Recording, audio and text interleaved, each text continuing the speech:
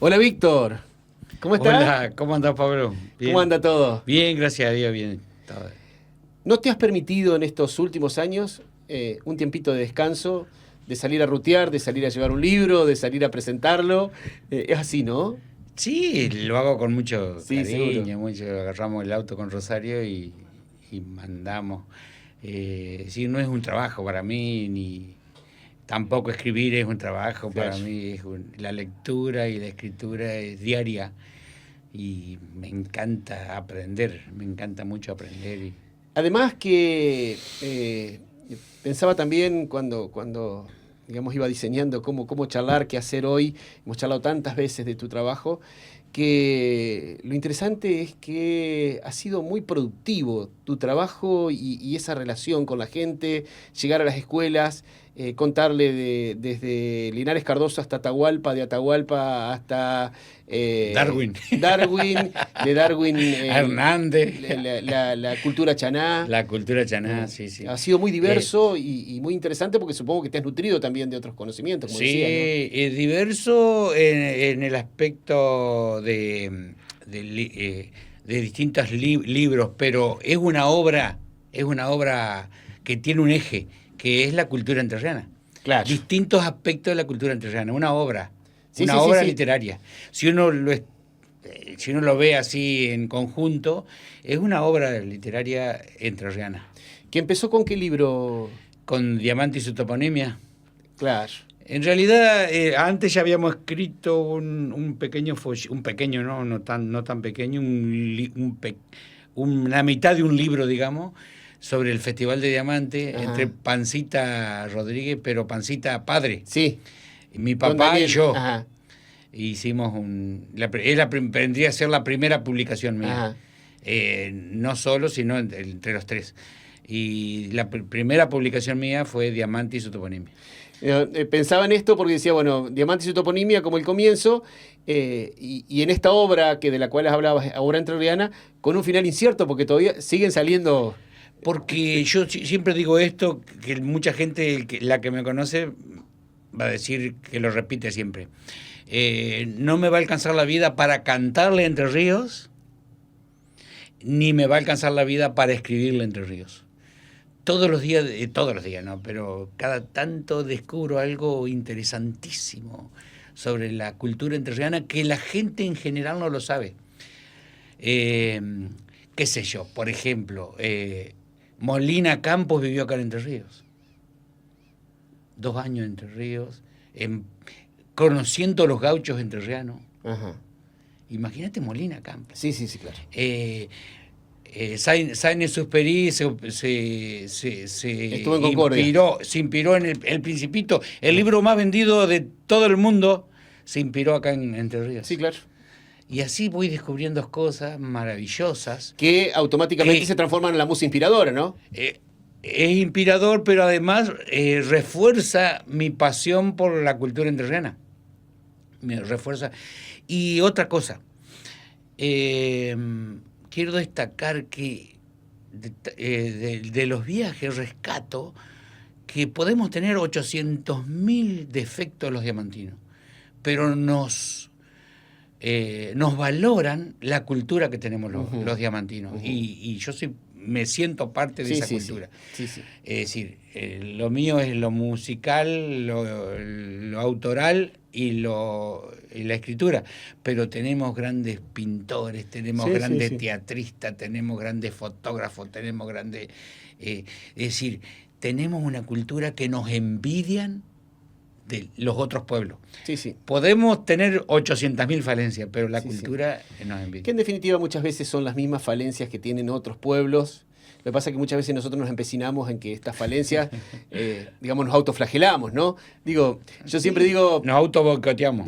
claro, yo digo, Víctor, que, y lo repito también muchas veces, es que nos empecinamos en pararnos en la Ruta 11 y creer que todo lo que está hacia el este, hacia el sur y hacia el norte es más lindo, y no lo que está hacia el río, que es lo nuestro.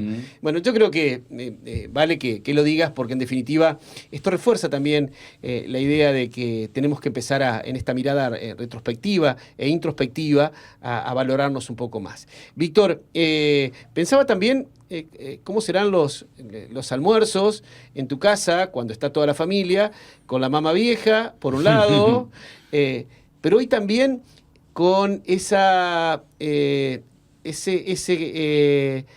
break, esa cuestión de romper generacionalmente la temática con Edu, por ejemplo, que está estudiando algo que es totalmente actual y de mucha proyección, digo, ¿no?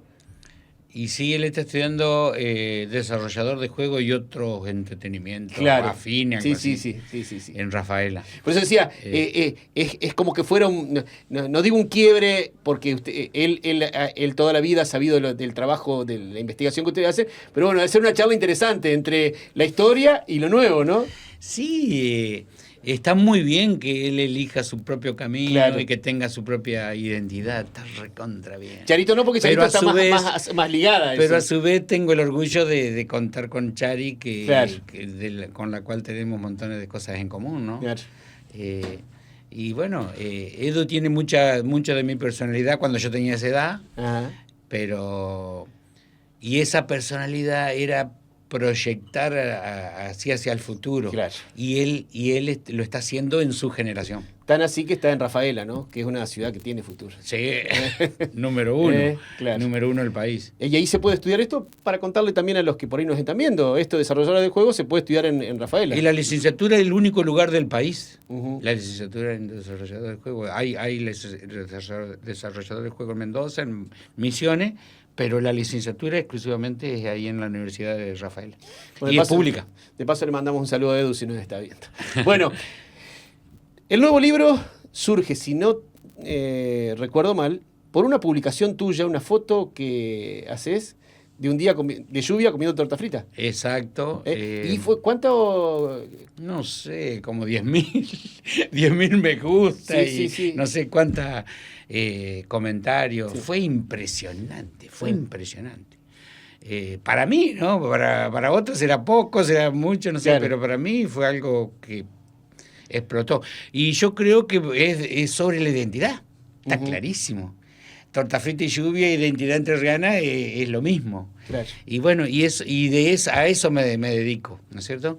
Y bueno, y a partir de ahí empecé a buscar, porque como escribo casi todos los días, empecé a buscar todos mis escritos con respecto a la identidad entrerriana, pero la identidad muy diamantino es muy diamantino, porque habla de Liota, de Doña Valenga, de Tacucha, pero a su vez es diamantino, pero como dijo el escritor ruso, hablas de tu pueblo y hablas de tu aldea y serás universal. Hay muchos galichos en cualquier lugar del país. Sí. Hay muchos tacucha, hay muchas valengas, muchos curanderos.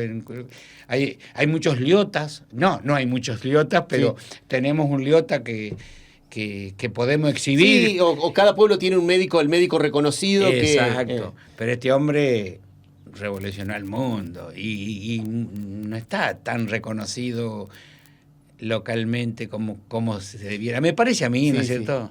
Me parece a mí. A veces tenemos esa falencia nosotros los diamantinos de no saber reconocer esta gente ha hecho tanto por el mundo. Voy a ir a un lugar común que, aunque remanido y gastado, no tenemos que traerlo siempre al debate. No se quiere lo que no se conoce. Y sí, totalmente. Entonces me parece que ese es un punto de partida. Lo hablo también por ejemplo, Hernán Pujato. Sí, Hernán Pujato. Hoy plantarte ante un curso de un colegio y preguntarle a los chicos quién es Hernán Pujato y que los chicos no sepan, no es culpa de ellos. No, es culpa de los mayores. Sí. Es culpa de los mayores. Sí. Los chaná, por ejemplo. Yo cuando era chico era huérfano me sentía huérfano, porque siempre leí yo de otras culturas indígenas y aborígenes, y yo veía que acá no teníamos. Sí, los guaraníes vinieron en 1832.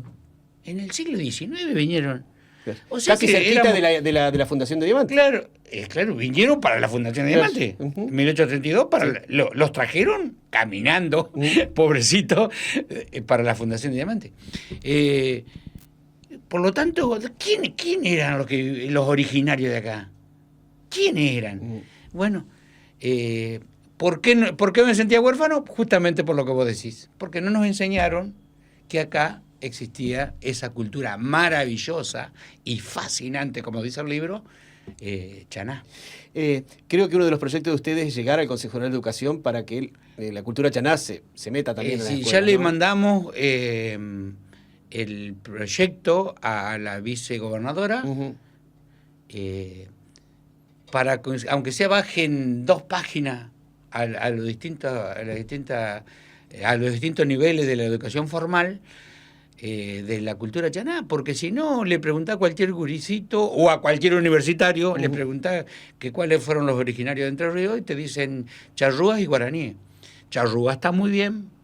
Guaraníes vinieron 250 años después que vinieron los españoles. 250 años, 3 vidas, 4 vidas, 5 vidas. Después que los españoles, vinieron los españoles. Además, la cultura chaná dejando tanto conocimiento, dejando tanta identidad, ¿no? Impresionante. No lo digo yo, ni lo decimos los que estamos en este tema. Dicho sea de paso, dentro de poco vamos a fundar Mocucha, que es Movimiento Cultural Chaná, con Evangelina Jaime y Blas Jaime. No lo decimos nosotros. Lo dice la tradición oral que recibió Blas Jaime, que además, entre paréntesis te digo, ya se hizo el ADN y es 100% chaná, el ADN científico, sino que lo dicen más de 300 excavaciones científicas que se han hecho en Entre Ríos. Del Gualeguay para el lado del Paraná, para el que no sabe, todo fue chaná. Todo fue chaná. Cuando hablo del Gualeguay para acá, incluso incluyo a Gualeguaychú, Isla Libicuí, Victoria, Nogoyá, Diamante, Paraná, Tala, La Paz. 9 departamentos de los 17 departamentos fue habitado por los chaná. No lo digo yo, repito, lo dicen más de 300 excavaciones científicas. Mi libro está basado en la tradición chaná, en la tradición oral chaná que recibió Blas Jaime, más el libro de Blas Jaime fue avalado por el científico del CONICET, don Pedro B. Viegas Barro, lingüista, el lingüista más importante de América en cuanto a las lenguas aborígenes, el más importante de América. Ese libro fue avalado por él. Y yo le sumé a la tradición oral las investigaciones del CONICET. Los papers que se dicen, los documentos, que no son más de 6, 7 páginas que hacen los científicos cuando descubren o excavan en un lugar. Obviamente tuve que traducir todo eso porque están hecho en idioma, entre comillas, idioma científico. Por ejemplo, decía, mirá, yo te digo una frase y seguramente te pierdo. Decía un documento, la etnia Goya Malabrigo se alimentaban de Myocastor corpus. ¿Qué quiere decir eso? Traducido, los chaná, la etnia Goya Malabrigo arqueológicamente es etnia Goya Malabrigo, antropológicamente es chaná. Los chaná se alimentaban de nutria. La etnia Goya Malabrigo hacía sus canoas con Stereolebium. No, hacían sus canoas con timbó. ¿Viste? Y yo tuve que traducir todo eso. Bueno, la palabra timbó también es otra, ¿no? Puede ser, pero no está muy... Eso, pero es una palabra chaná. Es chaná también. También chaná. Chaná y guaranítica, algunos dicen, ¿viste? Pero minuán es una palabra chaná.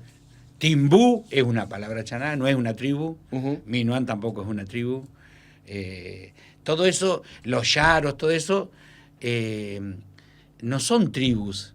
Es decir, los que vinieron, si uno lee un documento de los españoles que vinieron, que no eran los científicos, eran colonizadores, eran aventureros, y uno lee esos documentos que son diarios, ¿no es cierto? No se va a encontrar con el escrito de un científico. Entonces se va a encontrar de lo que escucha. lo que escuchan. Sí, Entonces, sí. los que han leído esos documentos creen que están hablando de ciertas tribus que nunca existieron. Los que escucharon. Te voy a dar dos ejemplos claros. ¿Por qué digo que Timbú no existe? Porque Timbú es una palabra compuesta que quiere decir un chaná expulsado que no cumplió las reglas. Eso quiere decir Timbú en chaná. Pero te voy a dar un ejemplo de los aztecas. Llegan los españoles a colonizar México y preguntan, ¿cómo se llama este lugar? Le preguntan a los indios de ahí, a los aztecas. Y dice Yucatán. Hasta hoy se llama Yucatán. ¿Sabe qué quiere decir eso? En lengua azteca, Yucatán quiere decir no soy de aquí. No le estaba diciendo el nombre de él. Dice, no soy de aquí. Claro. Yucatán le decía. Bueno, te voy a dar otro ejemplo. En Australia. Van los colonizadores a Australia, le preguntan, ¿cómo se llaman esos animales que están saltando? Canguro. ¿Sabe qué quiere decir en idioma indio australiano? Quiere decir, no sé el idioma, no sé tu idioma. Quiere decir canguro, quiere decir no sé tu idioma. Por lo tanto, los nombres que ponen los españoles acá de distintas tribus, no siempre están... Ha sido una transferencia oral que bueno, ellos han escuchado y... Escucharon y lo escribieron como pudieron. Claro. Como pudieron. Claro. Pero no hay que tomarse literalmente eso porque nos estamos equivocando. Ya no lo digo yo. No lo dice Blas Jaime. No lo decimos los que defendemos los chaná. Lo decía en 1903 Lafón Quevedo. Lafón Quevedo, un científico, tiene 800.000 títulos, naturalista, antropólogo, geólogo. Lafón Quevedo dice, cuando lee los documentos de los españoles, dice, con respecto a los chaná, dice, acá los españoles están, lo dice él, sí. Lo tengo escrito. Dice, los españoles han escrito las distintas tribus que había acá. No, acá la tribu que se llama chaná. Lo dice Lafón Quevedo en 1903. Claro. Entonces, y seguimos repitiendo chaná Timbú, chaná Beguá, chaná. Eran chaná. Eran chaná. Eran chaná. Víctor, pero sí. Termino con esto. Cuando yo digo fascinante, cuando digo que nos debemos asombrar y cuando digo que es una cultura superior la chaná a la altura de incas, mayas y aztecas, lo digo porque tenían idioma propio, tenían calendario propio, tanto que, viste, que admiramos el calendario maya. Bueno, ellos tenían calendario propio, tenían cosmovisión religiosa propia, tenían cuchara, tenedor, cuchillo, plato, olla, purificaban el agua, eran agricultores, tejían. Tenían todo para vivir felices, todo, tenían ejército, tenían maestros.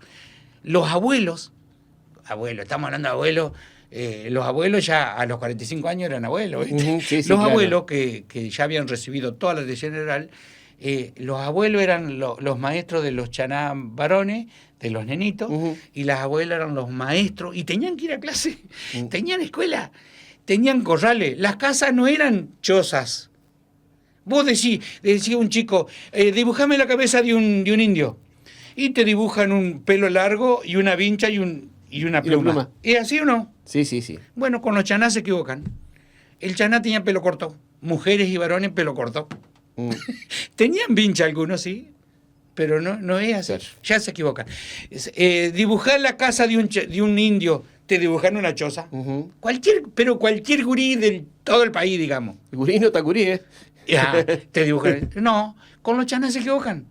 Tenían casas cuadradas, a doble agua, tenían galería, tenían cocina, pero la cocina estaba fuera de la casa. ¿Por qué? Porque era todo de vegetales. Sí, claro. Se le iba a quemar. Y estaba toda... ¿cómo? ¿Tienen habitaciones? Las casas, habitaciones, cortinas... Las habitaciones de los chicos tenían cortinas de ortiga para que no entraran los bichos. Mirá, vos ya tenían repelente. Ujú. Tenían trampas, tenían estrategia militar, tenían lo que hoy tenemos reja, cámaras y todo lo que sea para la Alarma. seguridad y alarmas. Bueno, ellos ya tenían las 24 horas gente que vigilaba, alrededor de las aldeas, las 24 horas. O sea, ya tenían cámara, alarma. Claro. Claro. Se comunicaban de un pueblo a otro, se comunicaban tenían wifi porque tenían mensajes con humo. Con humo. No, es algo impresionante. Uno lo va estudiando y todo el tiempo se asombra. Eso tienen que saberlo los chicos. La primaria, la secundaria, la terciaria y la universitaria. Por la simple razón que es el origen de todo, ¿no? Somos lo que somos por eso. Eran ultra ecológicos. Tanto que se habla de teleecología, si hay alguien ecológico, eran los chaná. Por la simple razón de que admiramos, y está bien que la admiremos, admiramos a los egipcios, la cultura de los egipcios, de los romanos, de los persas, admiramos la cultura de los incas, de los mayas, de los aztecas, y no podemos, como no lo conocemos, no podemos admirar la cultura que vivió acá en Diamante. Claro. Bueno, Víctor, volviendo a lluvia y torta frita. Torta frita y lluvia. Torta frita y lluvia. ¿Cómo va el...? Bueno, ya lo presenté en la Feria Internacional de Federación. Muy linda charla porque imagínate vos hablarle a la gente de afuera, hablarle a los entrerrianos, muchos entrerrianos, pero muchos de afuera. Y ahora fui a Gualeguaychú en la feria binacional. Se hizo una feria del libro entre Fray Bentos y Gualeguaychú. Me invitaron y bueno, estuve charlando con un científico de ahí de Fray Bentos, hablando impresionante. Me abrió montones de puertas, ¿cierto? Como para, para investigar. Él habla de los charrúas. Ajá. Él habla de los charrúas. Y bueno, es decir, lo he presentado en esos dos lugares. Bueno, después iremos a presentarlo con el tiempo acá. Estamos preparando con Rosario la séptima, porque además de escritor, de músico, con Rosario somos generadores de cultura. Estamos preparando la séptima... ¿Feria? No, el séptimo encuentro escolar chamarritero. Ah, claro, sí, en octubre. El 29 de octubre es martes. Nos hablaron de Bobril, van a venir 60, 70 chicos de Bobril van a venir.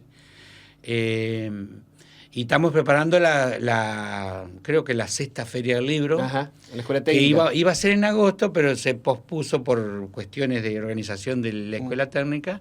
Se pospuso, creo que en septiembre o octubre, ya lo vamos a ver con el director, ¿no?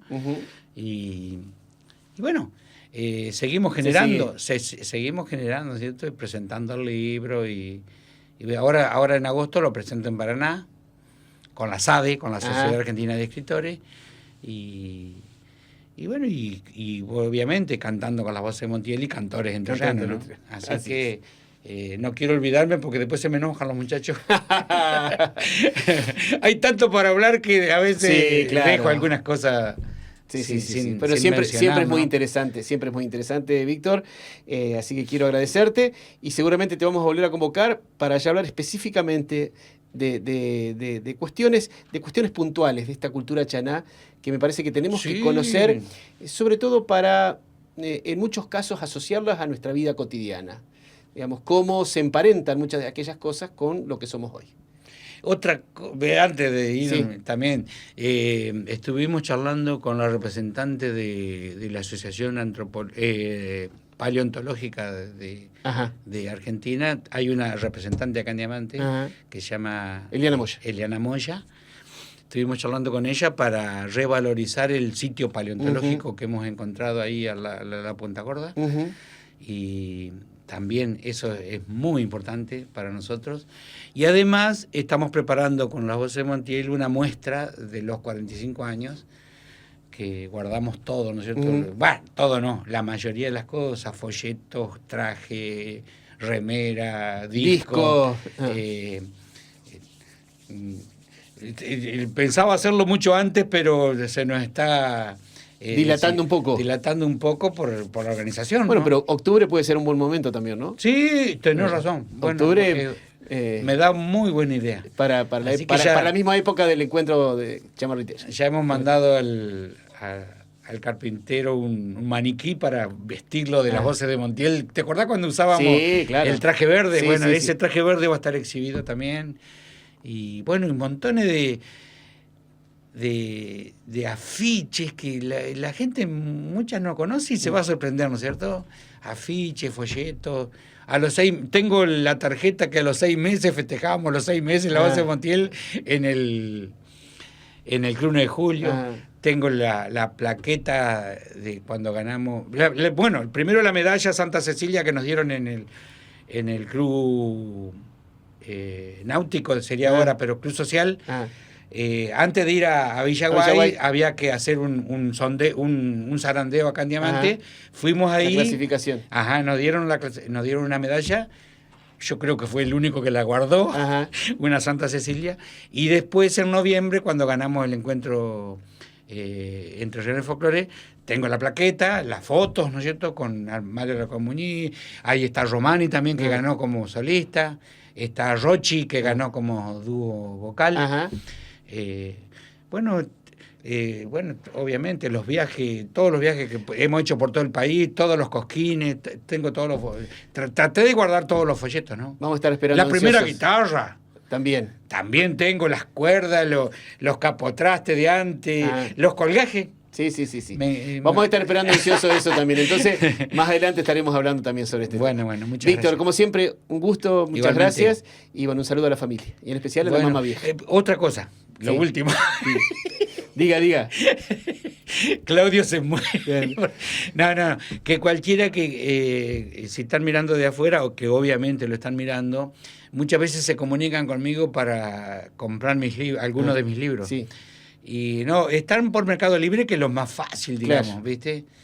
Después, más engorroso cuando me lo encargan a mí, yo tengo que mandarlo y todo eso. Así que el Mercado Libre está. Mercado Libre está. O si no, cuando yo viajo a algún lado, que me esperen o algo. Pero bueno, en Colón hay mis libros, en Crespo también, en Paraná también, en la librería. En las librerías así que lo pueden adquirir ahí. En Constitución de Uruguay también en la librería hay. Pero... Y te digo, me acaba de hablar el librero de Colón y dice, está completamente muy feliz con los libros. Con la venta del libro. Porque me habló para que le mandara este último. Y él solo, sin que yo le preguntara, porque me da, no sé, cosas, ¿viste? Preguntarle cómo van la venta. Y dice, él mismo me contó que son muy requeridos las obras mías. Gracias, Víctor, y me alegro por esto también. No, gracias a ustedes.